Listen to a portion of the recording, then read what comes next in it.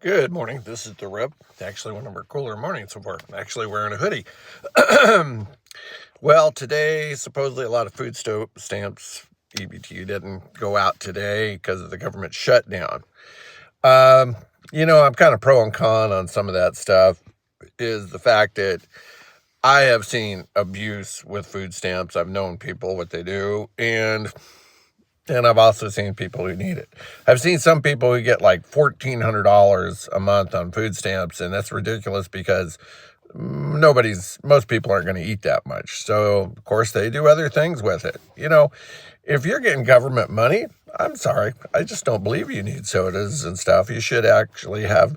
I think there needs to be a requirement for teaching classes to have food stamps to actually learn how to cook real food, not crap out of a box, not microwave, but real food. Matter of fact, husband and wife, I'd make a requirement even to get the food stamps that you guys know how to cook because you're going to need it. Today's just a warning of what's to come because you got a government that has tremendous amount, trillions of dollars worth of debt. You got farmers who aren't doing very well in making the food in the first place. This is a warning. Even if you get food stamps in the future, will the food be on the shelf?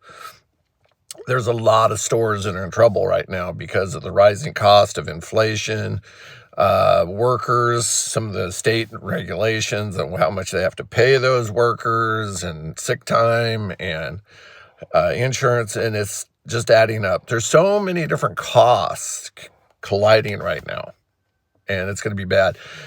Manufacturing of food.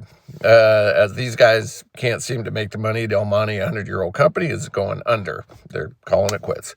But the thing is as a lot of food comes from these companies, if they're not manufacturing, there's going to be less food going to food banks. If you have stores who aren't making the money they used to and they're struggling, there's going to be less food on their shelves going to food banks. And as you have more and more people who are making less and struggling themselves, don't count on a food bank in the future. It'll be a bad idea. And some of you can afford your marijuana and you can afford your cigarettes and you can afford your alcohol. And so you go to a food bank to make sure you can afford it. No, you're wasting money on that stuff. Might be your choice, it is, but not out of tax dollars.